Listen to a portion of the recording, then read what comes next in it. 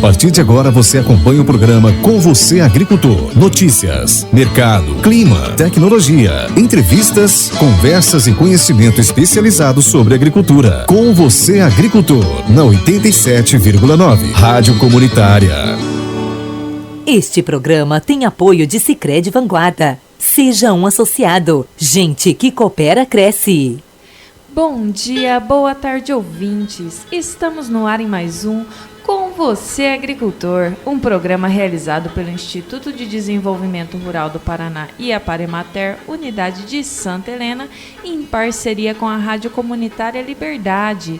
Eu sou a Daiane Lenz, aqui comigo no estúdio Carlos Harold e o André Vitório. Ficamos muito felizes em ter a sua companhia. Lembrando que este programa tem o apoio de Sicredi Vanguarda, gente que coopera, cresce. Vamos começar o nosso programa aqui com uma sessão de abraços, né? Vamos mandar um abraço aí para o pessoal do curso de Engenharia de Aquicultura da Universidade Federal da Fronteira Sul, ali em Laranjeiras do Sul, que estão sempre aí acompanhando o nosso programa. Também para os nossos produtores rurais que fazem parte dos nossos grupos de WhatsApp aqui do município, nosso importante canal de comunicação aqui do IDR Paraná de Santa Helena. Quem mais, Carlos? Quero mandar também um abraço também para os produtores que nos saudaram com a visita lá no show rural, também nossos stands lá, que tiveram com a gente lá. Isso, na piscicultura, né, a gente tem que lembrar aqui de Santa Helena que passaram lá conversar com a gente, o Cassol ali da linha Santo Antônio, o seu Volney da Cruz ali no Morenão, né, e vários outros, a família Eckert, a família Besen, que nos visitaram lá no stand da piscicultura quando a gente estava trabalhando. Fora o pessoal do Sicredi também, né, que aproveitou, passou lá, né, a Lisa, a Karine, o André passaram lá para conversar com a gente um pouquinho, ver o nosso trabalho lá no show rural. Hoje é dia 22 de fevereiro de 2022. Nessa data é comemorado o dia de Santa Lúcia e Santa Margarida de Cortona. É o dia do pensamento e dia do auxiliar de serviços gerais.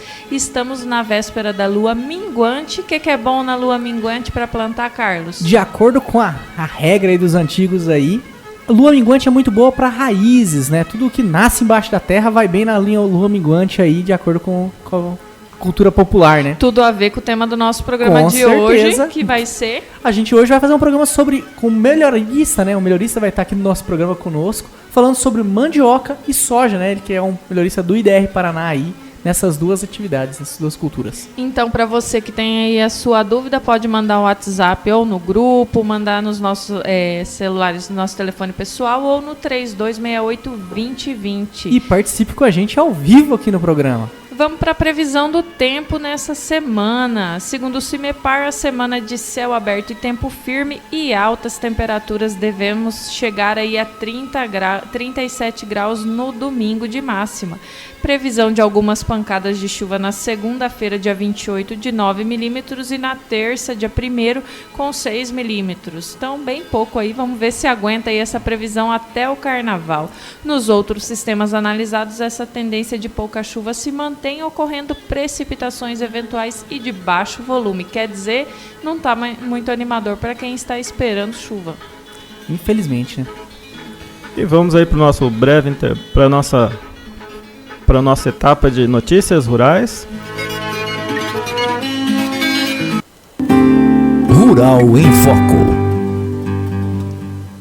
E vamos iniciar o nosso Rural em Foco com as notícias do bloco agrícola. A China busca melhorar a capacidade de produção de soja e outras oleaginosas. Então, né, isso foi uma notícia quentinha do relatório hoje da China, né, da agência aí chinesa de planejamento, que eles vão começar a incentivar com subsídios, ainda mais em subsídios, para reduzir a área de produção de oleaginosas, que eles são bem fortes lá em outras oleaginosas, e focar em soja. Então eles vão diminuir aí alguns outros cultivos para aumentar a produção de soja, visando estabilizar a questão do consumo aí para eles ficarem menos dependentes da compra e da aquisição de produtos externos. Isso para nós é ruim, né? Isso pode influenciar aí para nós aí que eles são os maiores compradores. Colheita de soja deste ano leva a recorde nos preços de frete. Então isso é um dado do relatório quentinho que saiu aí da Conab na data de ontem. mostrando que sempre nesse período o frete praticamente é todo voltado para levar a soja, os grãos aí nosso aí, do interior para os portos, né? E esse ano a gente atingiu recordes de valores, né? Subiu muito. Então, só para o pessoal ter noção, o trajeto aí de Campo Novo, no Mato Grosso, para o Porto de Santos teve aumento de 30% comparativamente com o ano passado. Isso é muita coisa em termos de custo e puxou bastante. Um outro dado dessa notícia aqui que é interessante é que o Paraná, em função da seca que teve, perdeu seu posto aí de segundo colocado aí na produção e perdeu para Goiás. Então, Goiás hoje é o segundo maior produtor de soja do país hoje, de acordo com novos dados aí, em função dessa produção deste ano, né? Se a gente for ver essa questão dos custos de frete, né, os combustíveis têm um peso muito grande, né? A alta dos combustíveis com certeza também ajudou muito a puxar Com isso. certeza, com certeza. O ritmo da colheita de soja aumenta, mas a comercialização é baixa. Então, isso é um dado do CPEA, né, que está analisando que a soja, o principal destino da soja brasileira é a China, e a China está aguardando. A soja está cara, de modo geral, e pelo que parece, ela está aguardando aí a safra americana. Então está comprando pouco do brasileira. Falando em soja cara, você quer aproveitar e trazer as cotações? A soja na nossa região subiu R$3 em relação à semana passada. Está sendo cotada hoje a R$190 a saca, gente. Bateu nos 190. Eu que falava que nos passava de 160 mais, hein? Tô queimando língua aqui. O milho aumentou também. O milho diminuiu R$2 em relação à semana passada. Está sendo cotado a R$91 a saca. Estava com 93 semana passada. E o trigo manteve os R$89 a saca aí. Bom pra quem tem. Pouco ruim que quase ninguém tá tendo pra vender, né? Irã poderá triplicar a exportação de ureia para o Brasil e a produção de soja continua rentável mesmo com a alta dos fertilizantes. Esse dado do Irã é bacana, senão não vai faltar produto do desabastecimento, né, para nós aqui, de ureia, que era uma preocupação que a gente tinha aqui, que com a Rússia exportando menos, com a China reduzindo a exportação de adubos aí, privilegiando o mercado interno. Só que esse adubo do Irã, ele é um adubo caro, tá? Então ele não vem a preço barato para nós, isso não vai desafogar a questão dos preços dos fertilizantes para nós na próxima safra.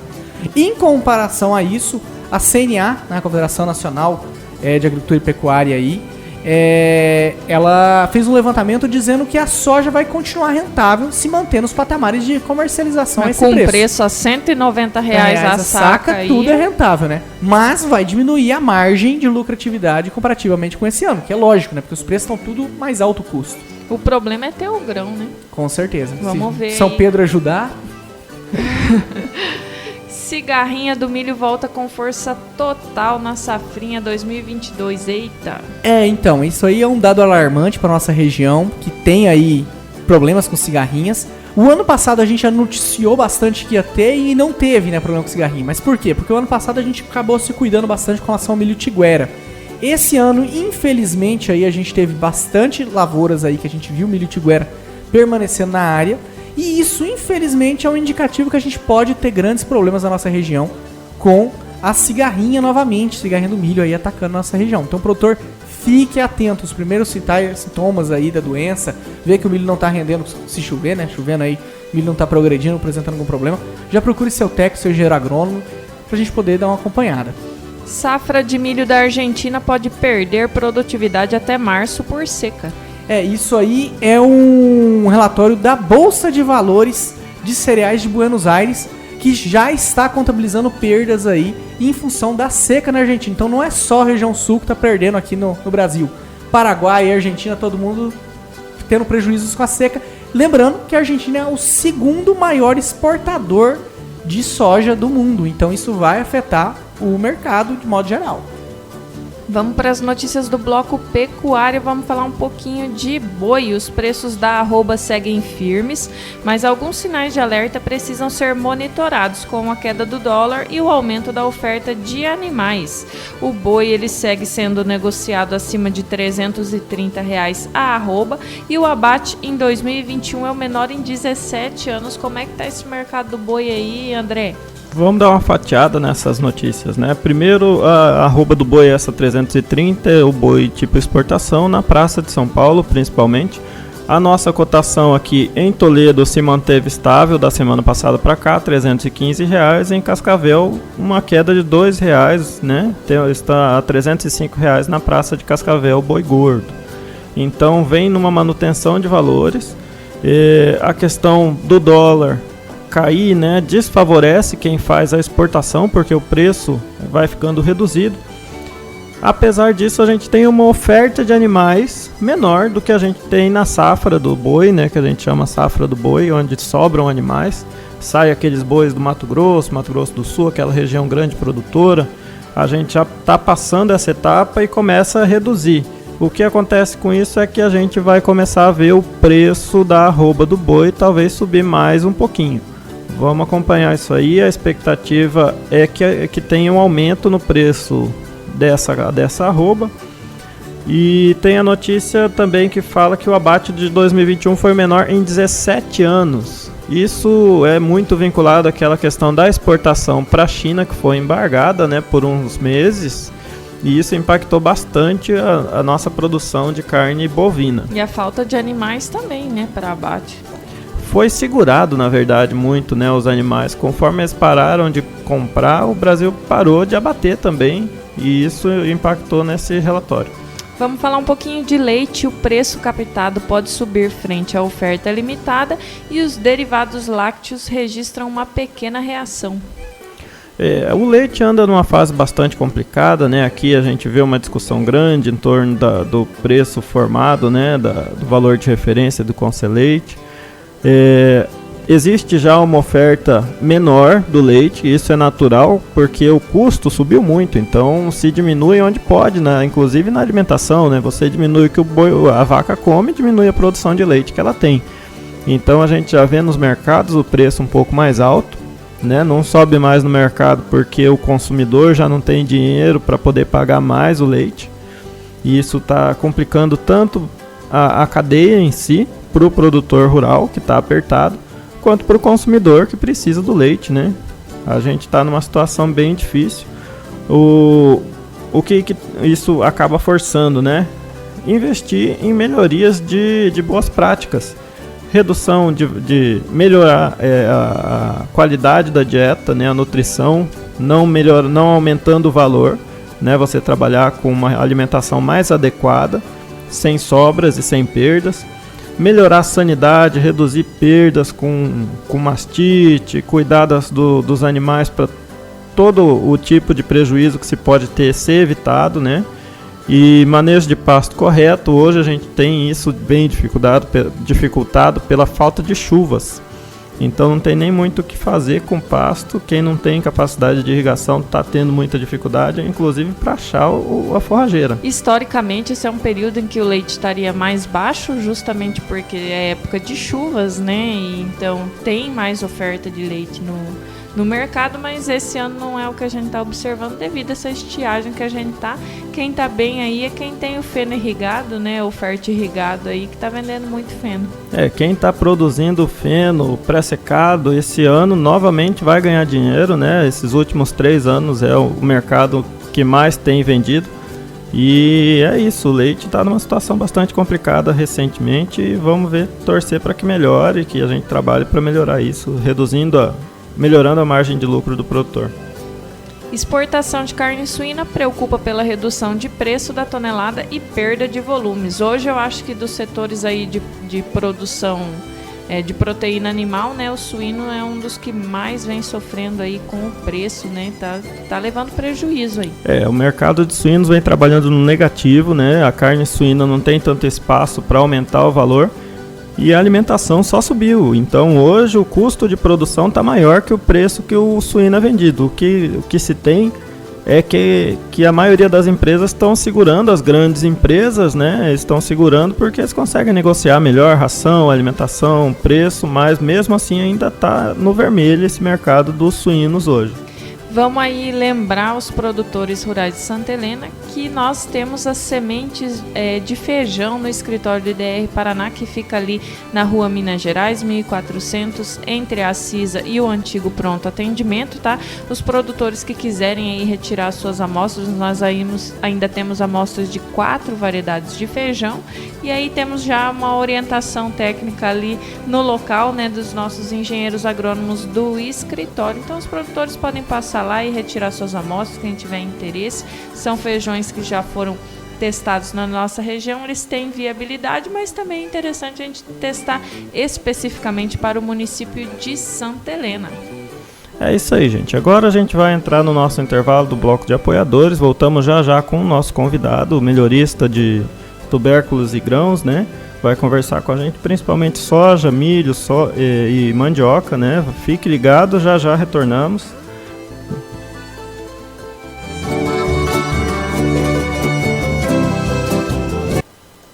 Com você, agricultor, volta já.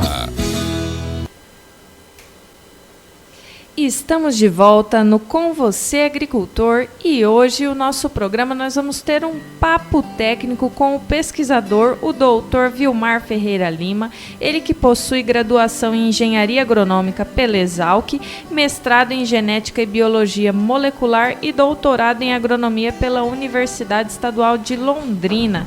Desde 2012 ele atua como pesquisador na área de melhoramento genético no IDR Paraná, e desde 2014 é o coordenador da área de melhoramento e genética vegetal no IDR Paraná. Boa tarde, Vilmar. Seja muito bem-vindo. Obrigada por aceitar o nosso convite. Boa tarde. É um prazer estar aqui com vocês. Vilmar, conta para nós um pouco, para o nosso público aqui, sobre sua atuação, quais os trabalhos você executa atualmente.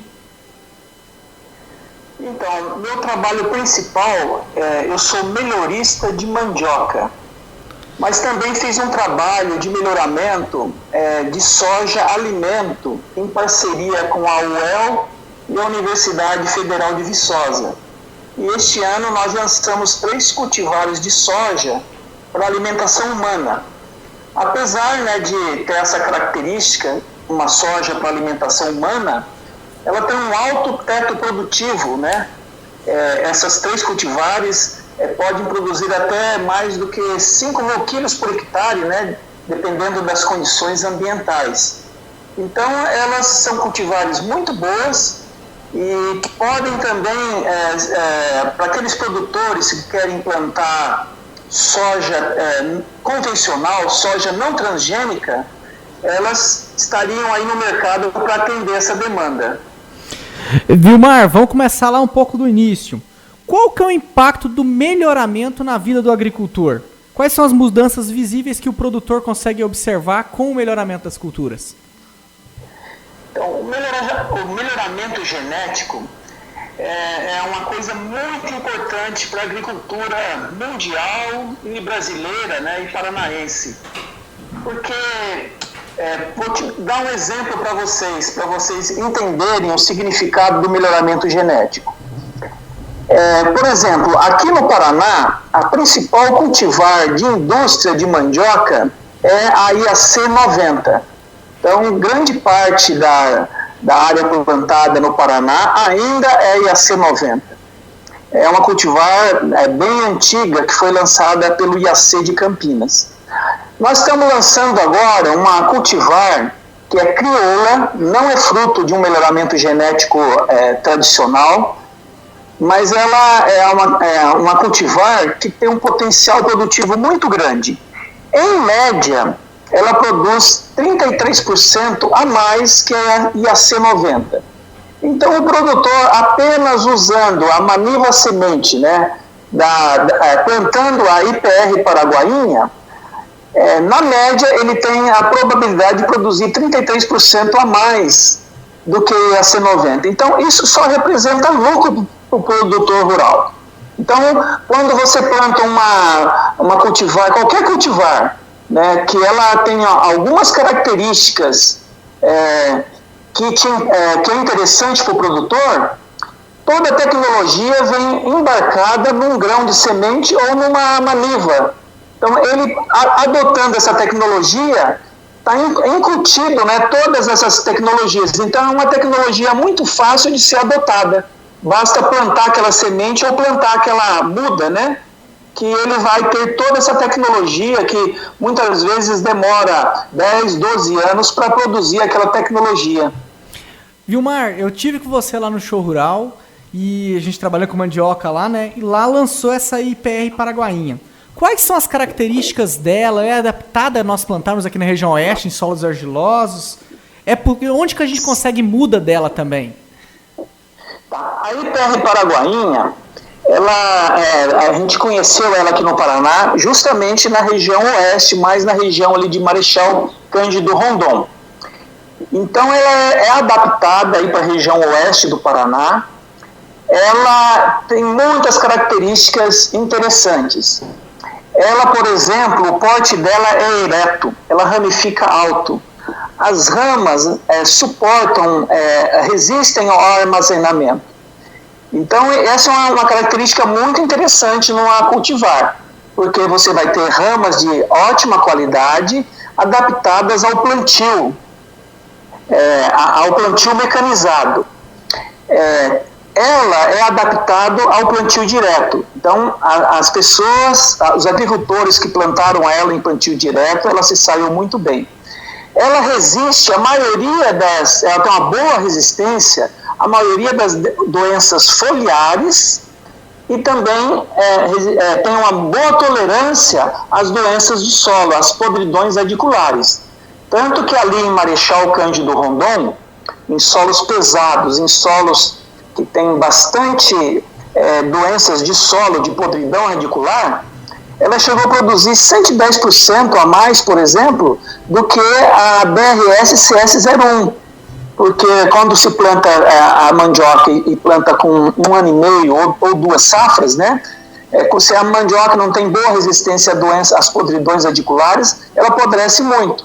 Então, a IPR Paraguainha tem essa característica. A IPR Paraguainha, ela se mantém enfolhada até chegar maio, o mês de maio, ela está bem enfolhada, mostrando que ela está fazendo fotossíntese ainda, mesmo no final do ciclo da cultura. E ela tem altas produtividades. Como eu falei, ela é 33% em média mais produtiva que a IAC90, em média 13% mais produtiva, isso nos experimentos que a gente realizou no IBR Paraná, né? 13% mais produtivas do que a BRS CS01 e 13% em média também mais produtivas do que a BRS 420. Então, atualmente, é a melhor cultivar que está no mercado, inclusive para a região oeste aí.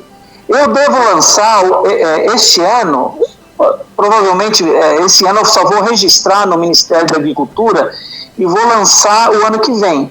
Cultivares de mandioca, eu espero, né, superiores à paraguainha. Só que até chegar ao produtor essa tecnologia, como a mandioca é de propagação vegetativa, demora aí 3, 4, 5 anos. Então, a paraguainha já está no mercado. E o produtor conseguiria ramas com facilidade na região de Marechal Cândido Rondon, que está aí próximo de vocês, aí na região oeste, né? Certo. Brigadão. Qual que é o foco do melhoramento da mandioca? E o pessoal sempre questiona muito. Tem muita diferença da mandioca de mesa e mandioca de indústria, até em termos de melhoramento? Então, o melhoramento, só quero dizer o seguinte, apesar da mandioca ser uma cultura de origem brasileira, infelizmente, nossos governos, né, não priorizam a pesquisa como deveriam. Tá? A mandioca é uma cultura muito importante e, até hoje, muito pouco pesquisada. Tá? A gente conta nos dedos os pesquisadores que trabalham com mandioca no Brasil. São pouquíssimos. Então, por exemplo, a Embrapa, Mandioca e Fruticultura, que está em Cruz das Almas, até 12, 13 anos atrás, o foco de melhoramento genético da Embrapa era para mandioca no Nordeste. Então, o IAC de Campinas pesquisou aqui para a região Centro-Sul, né, mandiocas para tanto industrial como para cultivo mandiocas de mesa. Só que o IAC, o governo de São Paulo, lá por muitos anos, não priorizou a pesquisa no IAC. Então, não tem nenhum melhorista hoje específico para trabalhar com melhoramento de mandioca no IAC. O IAPAR, agora IDR Paraná, na história do Paraná, do IAPAR, que são 50 anos, teve assim, raras pessoas que trabalharam com melhoramento de mandioca. Agora tem eu, um único melhorista. E tem também a IPAGRE em Santa Catarina. Então são essas instituições no Brasil que trabalham com melhoramento de mandioca e são muito poucos, né, que trabalham. Eu quero dizer, né, que eu estou no IDR Paraná há 12 anos e este ano, né, devo registrar umas 3 cultivares para indústria e provavelmente uma cultivar para mesa. Então eu devo lançar essas cultivares o ano que vem, mas mesmo assim eu vou ter pouca rama disponível, né? E a gente vai aí trabalhar e multiplicar rapidamente para tornar disponível essas ramas para os produtores rurais. E eu só queria dizer que daqui para frente, tá? Nós vamos ter mais cultivares na nossa região. Por quê?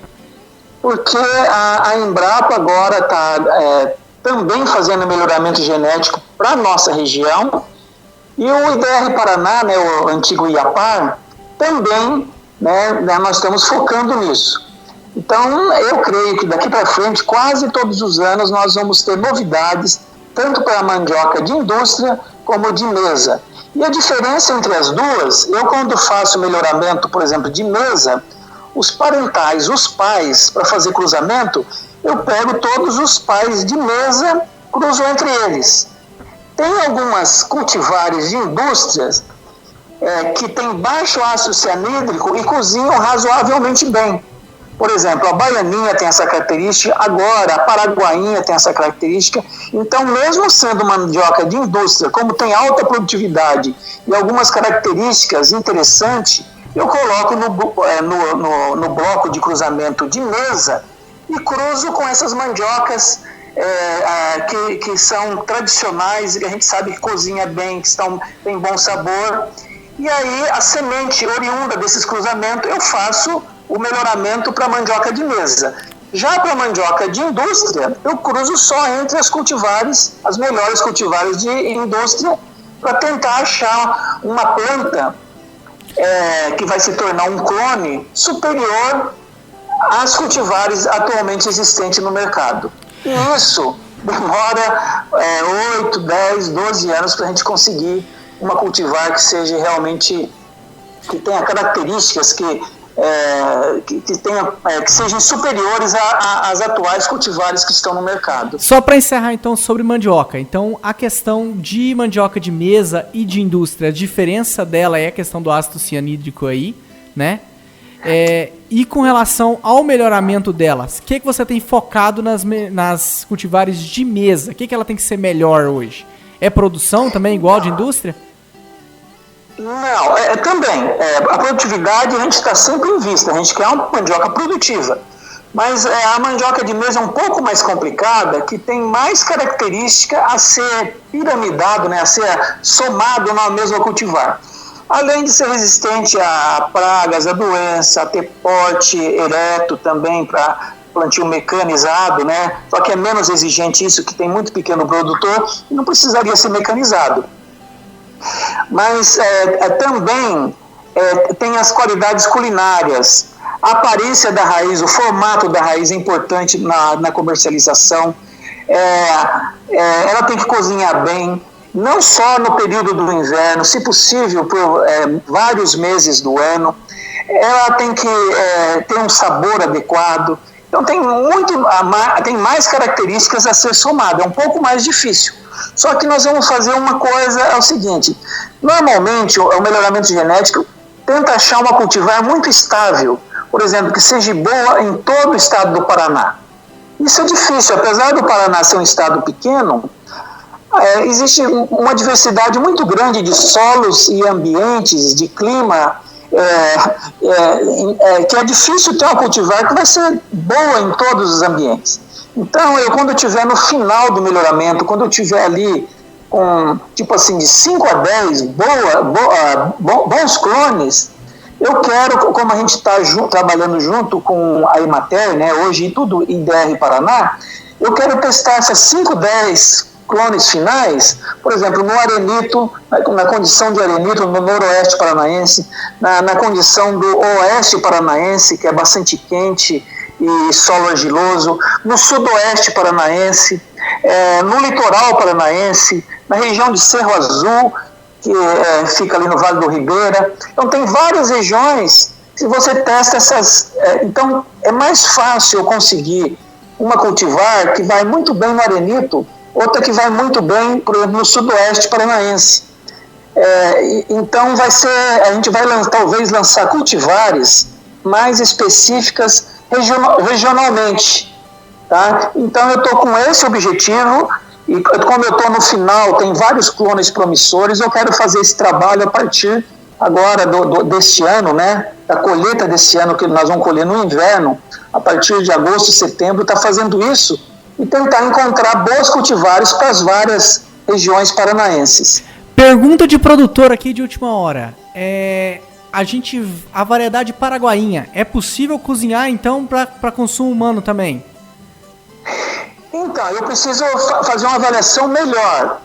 Nós estávamos no show rural, vários produtores foram lá e testemunharam que, assim, no primeiro ano, né, até 8, 9, 10 meses, elas cozinham relativamente bem e o sabor é bom.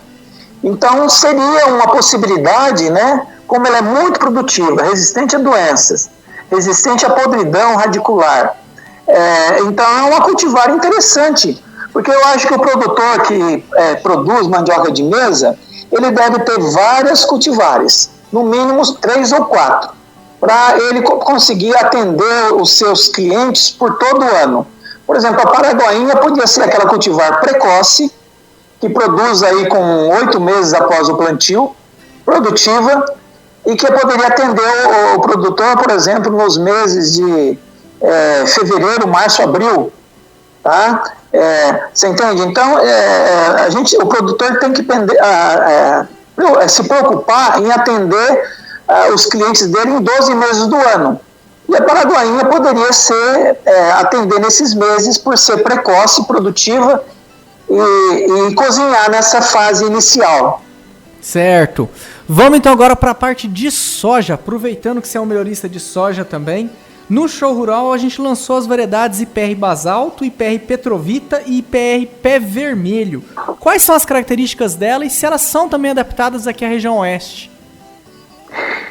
Então, a principal característica das nossas cultivares é não ter as 3 lipoxigenases. Eu vou explicar rapidamente, né? As lipoxigenases são enzimas que catalisam uma reação de oxidação dos lipídios na soja. Então, quando tem as lipoxigenases, a reação ocorre essa oxidação de lipídio e confere um sabor ruim, desagradável à soja. Quando as cultivares não têm as 3 lipoxigenases, o sabor é bom. Então, as nossas 3 cultivares não têm essas 3 lipoxigenases e o sabor dela é muito interessante para o consumo in natura. Então, apesar do Brasil ser o maior produtor de soja, apesar, vamos supor, a região oeste aí do Paraná produz muita soja, mas nós não temos a cultura de comer soja. Então, nós queremos despertar, né, o produtor, esperamos fazer campanha a nível estadual, mostrando receitas e mostrar que é simples consumir a soja. Por exemplo, essa soja sem as 3 lipoxigenases, se você deixa ela hidratada da noite para amanhã, como se faz para cozinhar feijão, né? Aí você pega e cozinha ela no outro dia de manhã. Se você torrar ela depois que cozinhou, você torra e coloca sal, pimenta, tempero a gosto ali, elas ficam um ótimo aperitivo para tomar com cerveja, porque o sabor dela é muito bom. Se você, por exemplo, triturar ela no liquidificador, depois que você hidratou ela, você espreme ela num guardanapo, né, de algodão, o leite é bem saboroso. Desse leite, se você acrescenta vinagre, você faz o tofu, que é o queijo de soja, né? É um alimento muito saudável, recomendado por muita nutricionista. Então, assim, e o bagaço que sobra, você pode fazer pães, bolos. Então, a dona de casa precisa saber que é possível comer soja, sendo um alimento excelente. E eu diria assim, pelo menos uma ou duas vezes por semana, no almoço ou no jantar, a dona de casa teria que pensar, né, que pode comer soja. E é isso que a gente quer incentivar. Então, a primeira característica da nossa cultivar é ter o sabor bom. As 3 cultivares têm crescimento indeterminado. Então, um período de florescimento mais longo. O mercado quer isso. Elas são precoces. O ciclo de 113 até 125 dias. Então, elas fecham o ciclo rapidamente. Elas têm período juvenil longo e elas podem ser plantadas cedo. A partir de 10 de setembro, 15 de setembro, ela pode ser plantada, que ela se desenvolve bem. E elas têm alto teto produtivo. Então, o produtor poderia plantar ela em setembro, colher em janeiro e poder plantar o milho safrinha. Então, tem um mercado de soja orgânica que elas podem ser inseridas. Tem um mercado de soja convencional que elas podem ser inseridas. Apesar de ser soja para alimentação humana, elas têm um alto teto produtivo, em algumas condições chegaram até mais de 5 mil quilos por hectare, mais de 200 sacos por alqueire. Então, elas estão aí para atender esse mercado, né? Estamos aí para também concorrer e colocá-la disponível para os produtores rurais. E ela é testada na nossa região? Ela pode ser plantada aqui na região oeste? Elas podem ser plantadas, sabe, Carlos? Só que a gente tem que posicionar melhor elas. Isso nós vamos fazer esse ano. Tá? Elas foram testadas principalmente em Londrina, Ponta Grossa, Guarapuava e Pato Branco. Essas foram as cidades, né, os municípios que nós fizemos a experimentação para registrar no Ministério da Agricultura. Agora, como a gente já registrou e protegeu elas e fez o lançamento, nós, através dos nossos colegas da antiga Emater, né, nós vamos fazer vários experimentos, várias observações em todo o estado para a gente posicionar elas melhor. Como são 3 cultivares, provavelmente aí na região de vocês, aí no oeste paranaense, provavelmente vai ser a Petrovita, a IPR Petrovita, que vai se sair melhor aí, porque aí a altitude não é muito alta, né? E solos de boa fertilidade. Mas eu tenho certeza que elas vão se sair bem também nessa região oeste aí. Certo. E mal me pergunte, por não ser transgênica, essas sementes dessas variedades lançadas, elas podem ser guardadas aí uma parte da produção do grãos para ser usado como semente no outro ano? Sim, podem, só que eu vou fazer uma ressalva. Normalmente, as regiões produtoras de semente de soja têm alta altitude, acima de 800 metros. Por que isso? Porque a temperatura no armazenamento, a semente ainda continua viva. Se você armazena num ambiente quente, ela continua respirando e vai perdendo o vigor.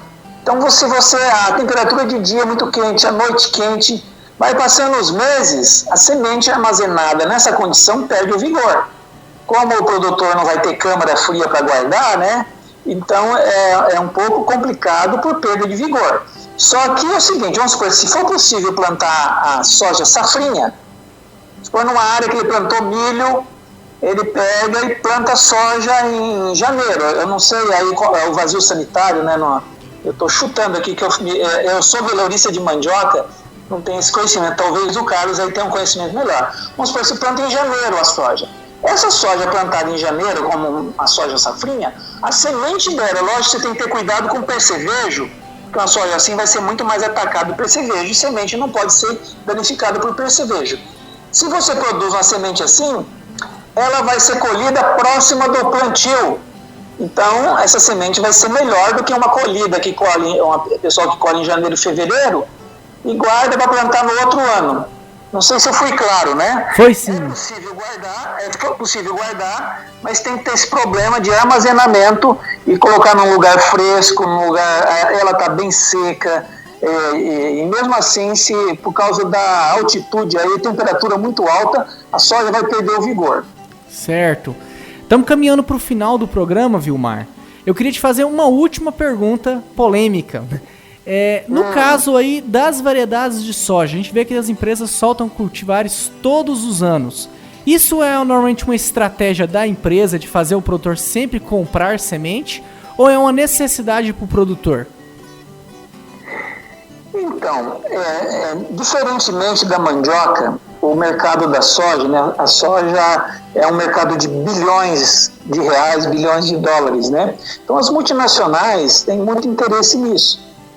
E hoje, para ter uma ideia, né, a Embrapa Soja aqui em Londrina, apesar de ter toda uma estrutura de pesquisa, a Embrapa Soja não consegue competir com esse mercado tão agressivo que ele é. E aí tem várias tecnologias, né? Vamos supor, uma tecnologia da soja RR, ela já se tornou de domínio público. Mas quando isso venceu, a Monsanto lançou outras tecnologias que o produtor fica dependente, né? E agora eles devem lançar, quando esses novos tecnologias vencerem, eles lancem outras, resistência seca, resistência àquilo, resistência a tal herbicida, né? Então o produtor fica sempre dependente dessas multinacionais. Então, por um lado, é interesse das multinacionais e o produtor ficar dependente. Daí a importância de órgãos como a Embrapa, o IAPAR, terem cultivares também, para não ficar numa dependência total das multinacionais, porque aí a gente ficaria muito dependente, e como é um oligopólio, né? Poucas multinacionais, eles controlam totalmente o preço dessas tecnologias, dessas sementes, né? Certo. Vilmar, queria te agradecer muito por ter participado conosco, ter topado participar com a gente aqui na entrevista. Que Jesus abençoe o teu trabalho aí. E vamos que vamos. Amém. Obrigado, hein, Carlos. Foi um prazer. Valeu. É isso aí, gente. Hoje recebemos, então, o Vilmar, pesquisador do IAPAR e melhorista, né? O coordenador, inclusive, no estado todo para esse desenvolvimento. Muito obrigado, Vilmar, pela participação. E vamos fechando mais um Com Você Agricultor, um programa realizado pela IDR Paraná, antiga Emater. Foi ótimo ter a sua companhia e semana que vem estaremos de volta e contamos com sua presença novamente. Acompanhe-nos nas redes sociais ou pelo telefone 3268-2020. Um grande abraço a todos vocês. Fique ligado.